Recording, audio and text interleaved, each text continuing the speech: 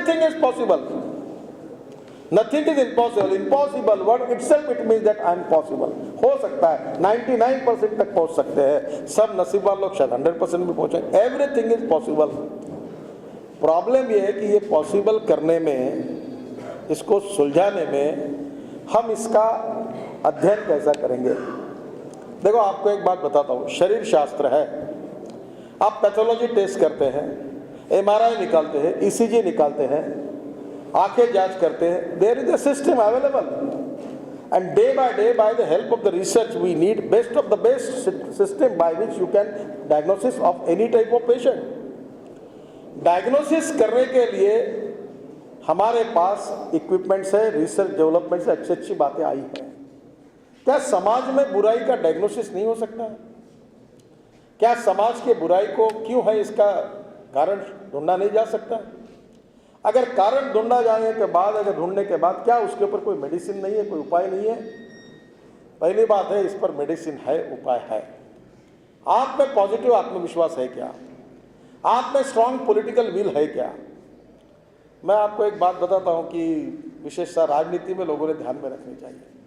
America के president Richard Nixon और उनके आत्मचरित्र का एक सुंदर वाक्य था, और आप जरूर लिख कर रखिए वाक्य, मुझे बड़ा अच्छा लगता है. जिंदगी में हार होती है, जीत होती है, कभी अच्छे दिन होते हैं, कभी बुरे दिन होते हैं, कभी सम्मान होता है, कभी उपेक्षा होती है, कभी अड़चनें आती है, कभी अच्छाई का माहौल रहता है, कभी हवाएं रहती है, कभी पानी रहता है, कभी बरसात होती है, कभी धूप होती है. It is but a natural. जिसका जन्म होता है उसका मृत्यु होता है. ये तो यूनिवर्सल ट्रूथ है. यावत चंद्र दिवाकरो नियम है. नो वन इज, इसका कोई अपवाद नहीं है.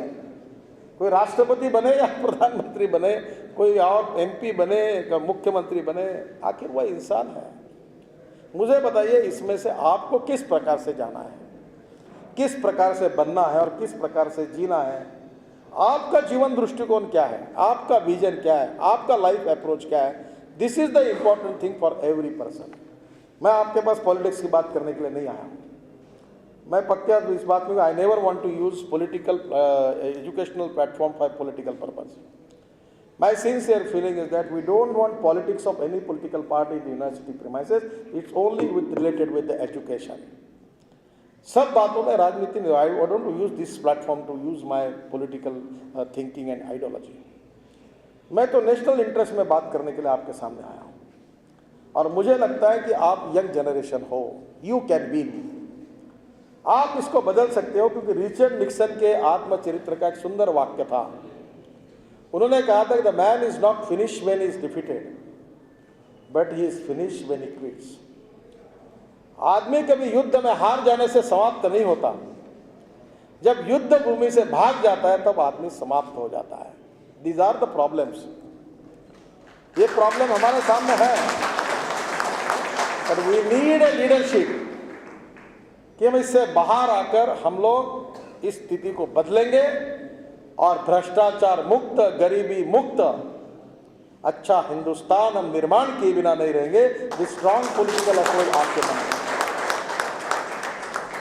अब मैं तो 53 ईयर्स का हुआ हूँ, तो मैं कोई युवा नहीं हूँ, पर मैं सबको कहता हूँ कि 18 से 22 साल के अच्छे लड़के को देखो, उनको प्रोत्साहन करो, उनको अपॉर्चुनिटी दो, अवसर दो. देखो अवसर सबके सामने है. बार बार मैं एक बात दोहराते रहता हूँ कि there are some people who convert problems into opportunities and there are some people who convert opportunities into the problems. समस्या सब जगह. मेरे सामने समस्या है, आपके सामने समस्या है तो है. लेट अस गो, देखेंगे, सॉल्व करेंगे. और मुझे लगता है the corruption is also one of the problem, और इसका संबंध व्यक्ति के साथ जुड़ा है. व्यक्ति is a part of the society. हम जब तक अच्छे व्यक्तियों का निर्माण नहीं करेंगे तब तक बुराई को दूर नहीं कर सकते. मुझे एक छोटा उदाहरण याद आता है. वो स्टीम इंजन था और गाड़ी जोरों से जा रही थी. आपको मालूम है कोयले के ऊपर वो गाड़ी चलती थी, पुराने स्टीम इंजन थे. गाड़ी जोरों से जा रही थी, अचानक खूब बरसात हुई, खूब पानी आया, और जो रेलवे के ऊपर, जो रेलवे का पुलिया था उसके ऊपर 2 फीट ऊपर से पानी बहने लगा, तो गाड़ी रुक गई. धीरे धीरे 6 घंटे के बाद लोग त्रस्त हो गए।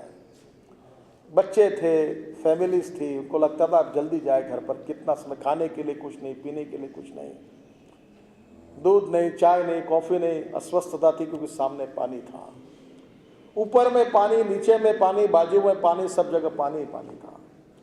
7 घंटे के बाद पानी कम हुआ, जो रेलवे की पुलियाओं के ऊपर का जो पानी था वो पानी भी कम हुआ और रेलवे की लाइन साफ दिखने लगी।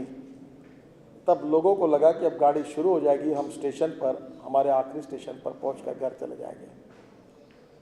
फिर भी 2 घंटे में गाड़ी नहीं चली।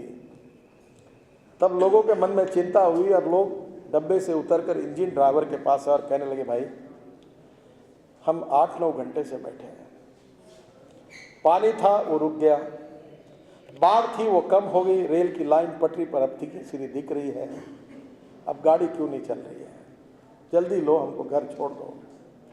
तब इंजन ड्राइवर ने जवाब दिया, साहब मुझे माफ़ करिए, ऊपर पानी है, नीचे पानी है, बाजू में पानी है, सब जगह पानी ही पानी है, पर इस इंजन को चलाने के लिए जो टैंक थी उसमें लीकेज था।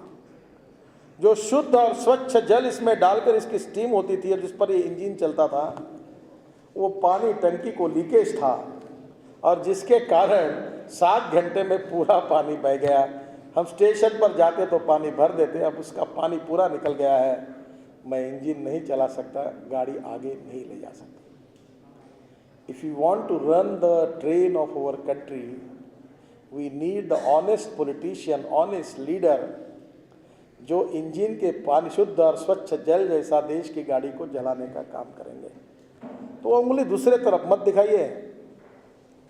लोगों के घरों से महात्मा गांधी, सावरकर और शिवाजी महाराज तैयार हो, हमारे बच्चे ने तो एक बंगला खरीदना चाहिए, मर्सिडीज गाड़ी खरीदनी चाहिए, 2 बच्चे और पत्नी सुखी में रहना चाहिए। तुम्हारे घर से शिवाजी, सावरकर, महात्मा गांधी कॉन्ट्रैक्ट तुमको दिया।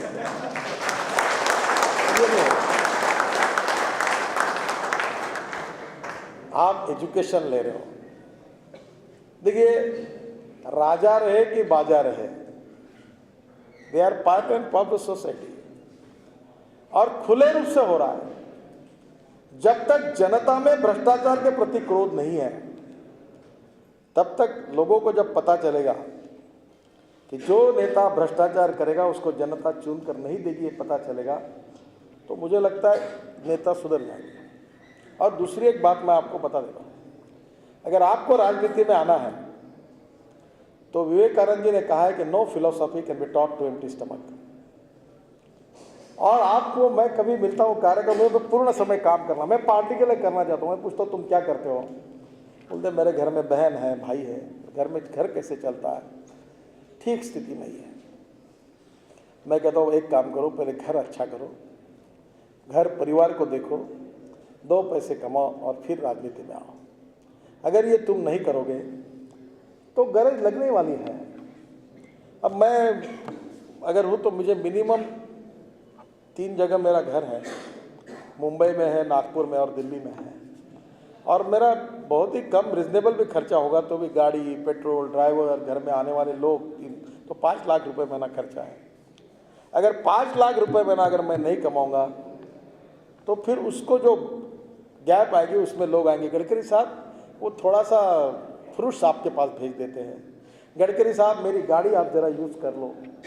मैं हवाई जहाज़ यूज़ करता हूँ, अध्यक्ष बनने के बाद कई स्पेशल फ्लाइट्स को रेट किया यूज़ करता हूँ, क्योंकि मैं कभी कन्याकुमारी हूँ, कभी त्रिभुवन घूमते रहता हूँ, काफ़ी घूमना पड़ता है, एक दिन में 2-2, 3 कार्यक्रम होते हैं। मैंने काम किया पहला, मैंने कहा किसी भी 10-15 लोग ऐसे कि मैं मांगूँ तो मुझे हवाई जहाज़ मिल सकता था, मैं किसी का हवाई जहाज़ नहीं यूज़ करूँगा।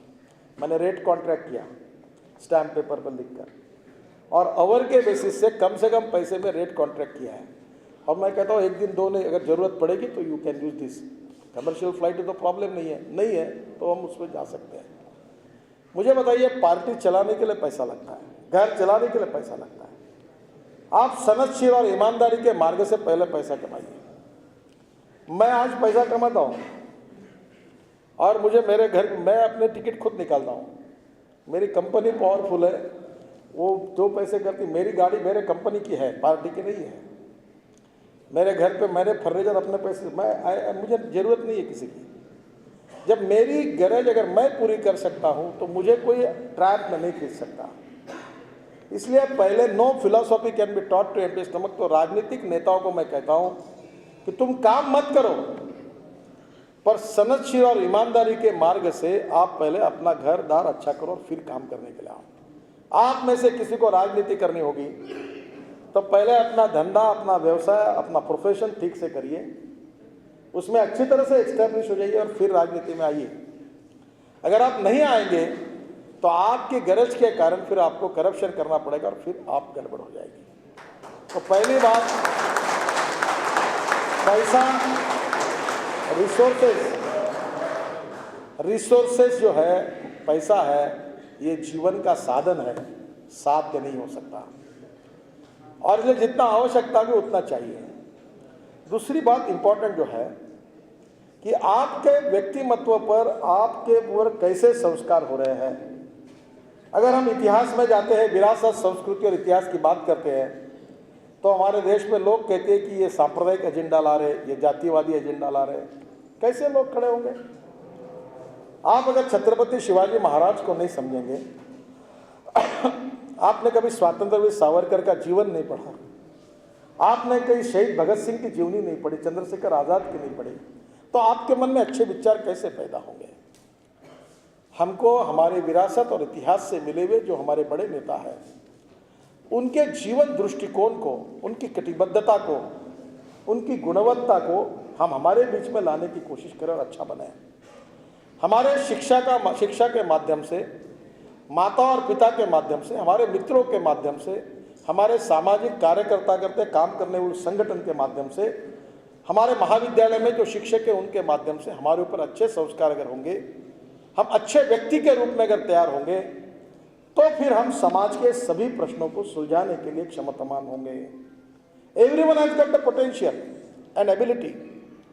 आपके इसमें सब लोगों में एबिलिटी है, पोटेंशियल है, क्रिएटिविटी है, नॉलेज है, कंसिस्टेंसी है, हार्ड वर्किंग है, पर इसके साथ साथ वैल्यू, इस पर भी श्रद्धा रखनी होगी।